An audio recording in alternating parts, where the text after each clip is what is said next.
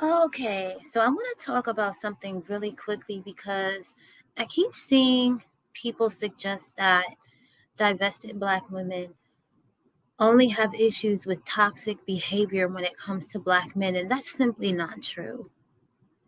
We have always been a space that has warned Black women of A, our position in the world, B, why it would be best to remove ourselves from a collective of men who has done nothing to protect or provide for us. And C, we've always said, well, hey, you have to be careful about these toxic behaviors in other groups of men. And I'm going to go back to 2020 because the thing I don't like is when people try to gloss over history. The fisticuffs that I went through on this platform in 2020 started because there was a channel that I used to be a moderator on in 2020. And this young lady had a panel discussion, and a white guy joined the panel and started talking about the hundreds of Black women that he had slept with.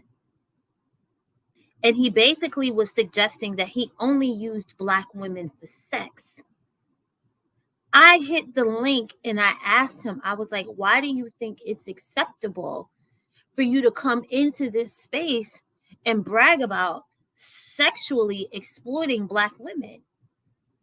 The Black women in this space want meaningful relationships and marriages with non-Black men. So why do you think it's okay to come here and brag about the fact that you have pumped and dumped Black women? Why is that okay?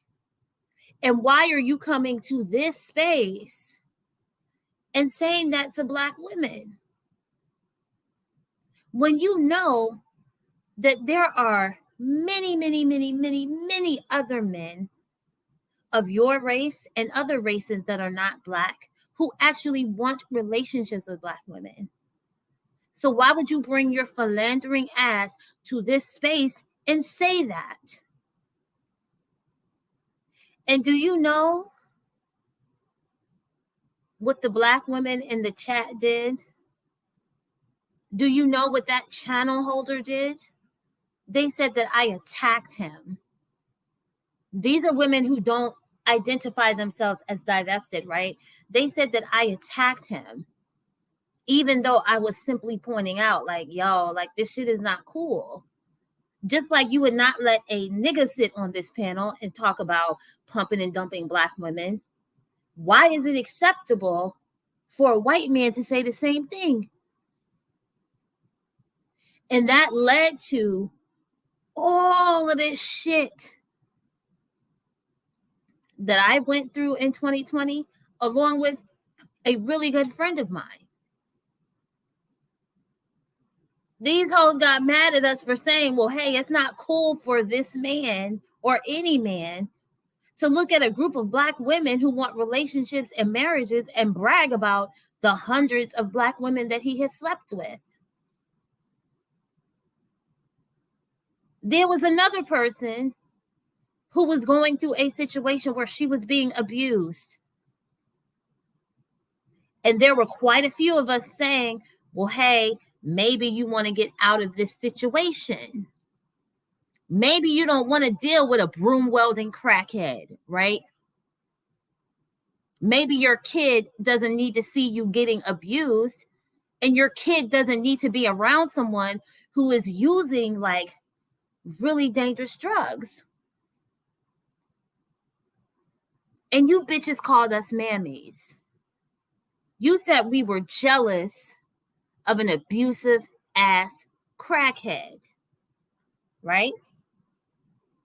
And then more recently, there's another situation that the space has dealt with where a young Black woman has made it clear that she doesn't want to deal with a certain white man. And when we told that dude, like, hey, leave this girl alone, she's telling you she doesn't want to be bothered. She has the agency to decide whether or not she wants to deal with you. Y'all called us jealous. Y'all called us mammies. And all of you who do that shit are Black women who say that you're not divested. See, this is why I keep saying that those of us who actually are divested should welcome it when these women separate themselves from us. Because we don't want to be associated with any toxicity. We don't want to be associated with these women who put men on a pedestal.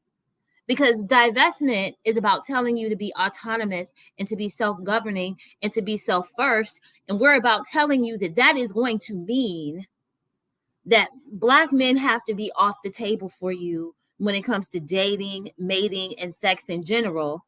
And that's also going to mean that you're also going to have to cut off quite a few Black women.